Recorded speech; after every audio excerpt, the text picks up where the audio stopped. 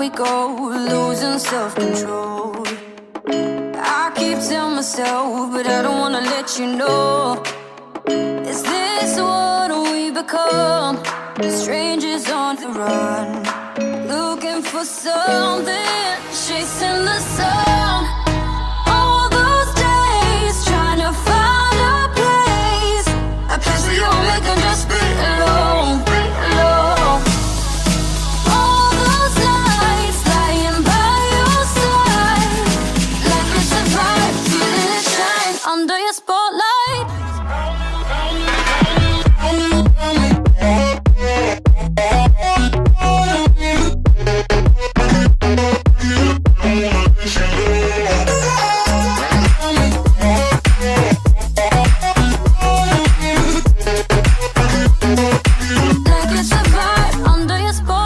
Abrilhantando o primeiro dia de festa dos 91 anos da Glesp, ministro do STF, Alexandre de Moraes, fazendo palestra, uma linda palestra, falando sobre o STF e a garantia de direitos, é isso? Exatamente, é uma honra poder estar aqui com vocês nos 91 anos da grande loja maçônica do estado de São Paulo, para que nós possamos falar um pouco, não só sobre o Supremo Tribunal Federal, mas também sobre as instituições e a maçonaria que desde o início, já no Império, no início da República Brasileira, sempre teve uma participação importante e fundamental no fortalecimento das instituições. Para que o Brasil possa seguir seu caminho em frente, é muito importante que as instituições sejam fortes, para que as pessoas que momentaneamente, como nós todos fazemos parte das instituições, possamos cada vez mais contribuir. Ministro, depois da Constituição de 1988, o Judiciário, através do STF, assume um poder muito grande, tem condição de fiscalizar e combater algumas ações do Executivo. Tem gente que diz que o STF pode tudo. Afinal de contas, o STF pode tudo mesmo ou não? Não, claro que não. O Supremo Tribunal Federal, ele deve, assim como todos os demais poderes, respeito à Constituição. O que ocorre é que a Constituinte de 1988 fez uma aposta. É uma aposta no fortalecimento da justiça. Se nós olharmos para trás, a história brasileira de 1988 para trás, nós sempre tivemos problemas de rupturas institucionais. Sempre tivemos problemas de quebra da normalidade democrática em virtude de um desbalanceamento de forças entre executivo e legislativo. O que fez o legislador em 88? Fortaleceu também o judiciário para que o judiciário pudesse mediar os demais poderes, para que o judiciário e principalmente o Supremo Tribunal Federal pudesse fazer um papel de poder moderador dos outros poderes para que a Constituição fosse cumprida e a normalidade democrática persistisse. Basta lembrar e basta ver que nós estamos no maior período de estabilidade democrática desde o início da República. Nós vamos completar 30 anos da Constituição, 32, quase 33 anos da reabertura democrática, sem quebra institucional, sem quebra da normalidade, apesar de todos os problemas que sofremos. Agora, ministro, o que me parece que muitas vezes tudo acaba caindo no STF. Eu lembro bem quando logo que o senhor foi ao STF, nomeado ao STF, não sei se foi a primeira, uma das primeiras discussões que o senhor participou, era para decidir quem seria o campeão do futebol de 1987. Ministro, isso tinha que parar lá no STJ, não?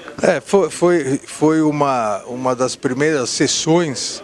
O ano passado, logo que eu tomei posse, sessão na turma, o Campeonato Brasileiro de 1987, Sport ou Flamengo, e acabou chegando até o Supremo Tribunal Federal, porque havia uma alegação de coisa julgada. Realmente, o nosso desafio não só do Judiciário, do Supremo Tribunal Federal, do legislador, é estabelecer um filtro maior, para que o Supremo Tribunal Federal possa se debruçar sobre as grandes questões nacionais.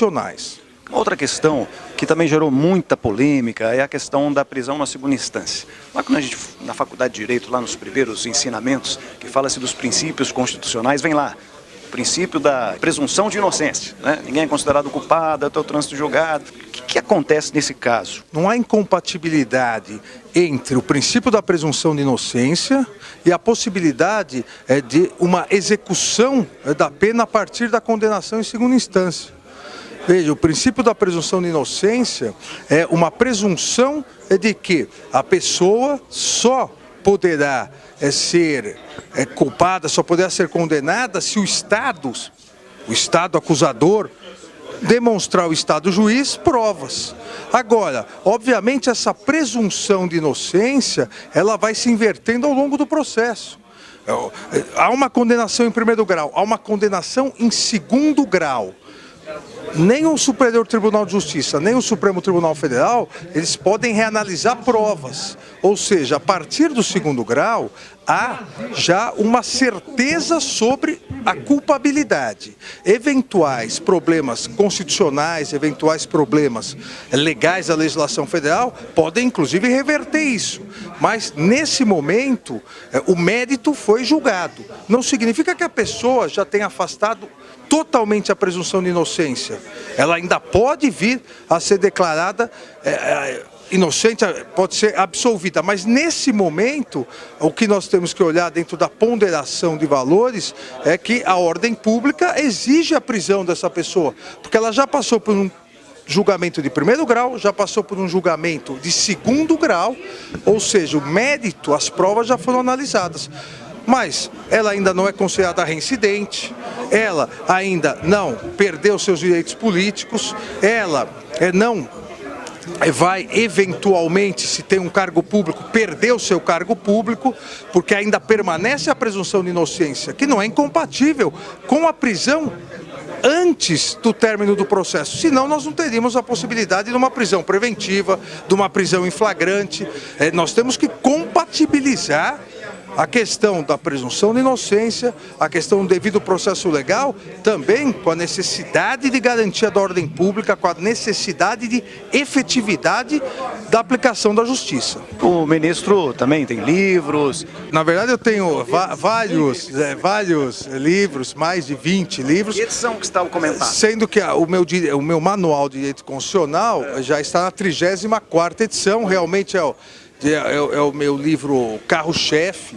Eu lancei já muito jovem, em 1997, e já vendeu mais de 700 mil exemplares. Então, realmente, eu tive a possibilidade de chegar a toda uma geração de estudantes de direito constitucional para dar o meu apoio, para dar minha contribuição para o fortalecimento do direito constitucional, que é muito importante.